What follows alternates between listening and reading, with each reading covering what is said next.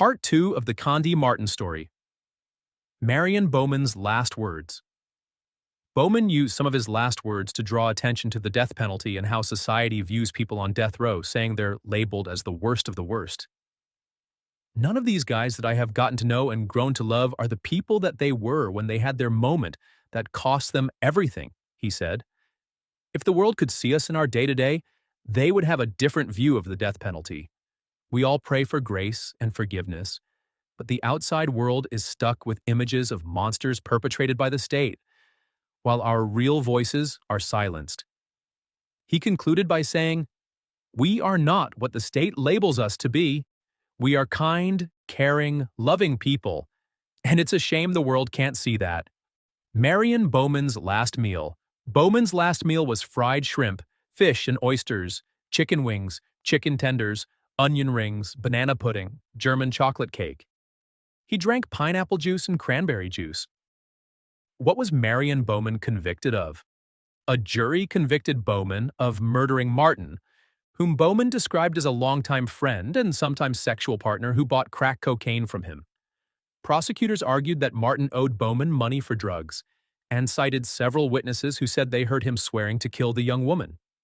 On February 17, 2001, police found Martin's body. She had been shot once in the chest and once in the head on a dark country road. Her killer put her body in the trunk of her car and lit the car on fire. Court records show the day she was killed. Bowman, who was 20 years old, said that he sold Martin drugs several times throughout the day, but that later on she was buying on credit. He said the two had sex and that afterward, he saw her drive off in her car with his cousin, also a dealer. That cousin became the star witness in Bowman's murder trial as part of a plea agreement with prosecutors for a reduced sentence. Bowman argues that jurors never heard that his cousin had confessed to killing Martin to a cellmate, and that prosecutors ignored evidence that pointed to his cousin's and another man's guilt. "I have done some things in life I regret," Bowman wrote. "I regret the role I had in dealing to Kandee and know that her addiction probably led to her death. But I did not do this." Who was Kandee Martin? The daughter of a rebar contractor and a stay-at-home mom, Kandee grew up in the tiny town of Branchville in rural South Carolina, about halfway between Charleston and Columbia. The town had limited employment options and was so small, Martin recalls that her graduating high school had just 21 students. Kandee wanted something more and talked often of making it to Charleston and starting a career. She was a small-town girl whose dream was to get out of the small town and just make something of her life, Martin said. Before Kandee could get out of Branchville, she got pregnant with a baby boy who was both unexpected and a welcome blessing. She went from being just a young single girl to being someone's mom, and to her, that was the coolest thing ever, Martin said. "When I close my eyes, I can still hear those two giggling with each other," Martin said. What execution method was used? Bowman was killed by a lethal injection of pentobarbital.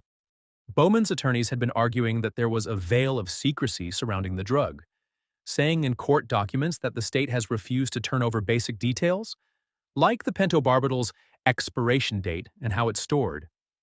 They also raised questions about the drug's purity and quality after a second dose was given to South Carolina inmate Richard Moore, 11 minutes after his execution began in November. In court filings, the state argued that Bowman could have chosen a firing squad or electric chair for his execution, but he opted to die by lethal injection for Martin's gruesome murder. Lindsey Vann, one of Bowman's attorneys, said he chose lethal injection despite the unanswered questions because the firing squad and electric chair are barbaric and unconstitutional. If Bowman hadn't chosen from among the three, the default method would have been the electric chair. More about Marion Bowman. Bowman grew up in a rural area in Orangeburg County, South Carolina, about halfway between Charleston and Columbia. He had an absent father, and his mother became ill when Bowman was a teenager, making him the man of the house, Vann told USA Today. "He's just a really loyal person from his earliest years, and unfortunately, that got him into the drug trade in the area," she said. "My family was poor, but we got by," Bowman recently wrote in his online testimonial. "I didn't finish high school. I worked at some manual labor jobs, but could never make ends meet." So he turned to selling crack cocaine. at first to support his mother and sister and eventually his wife and stepchildren, Van said.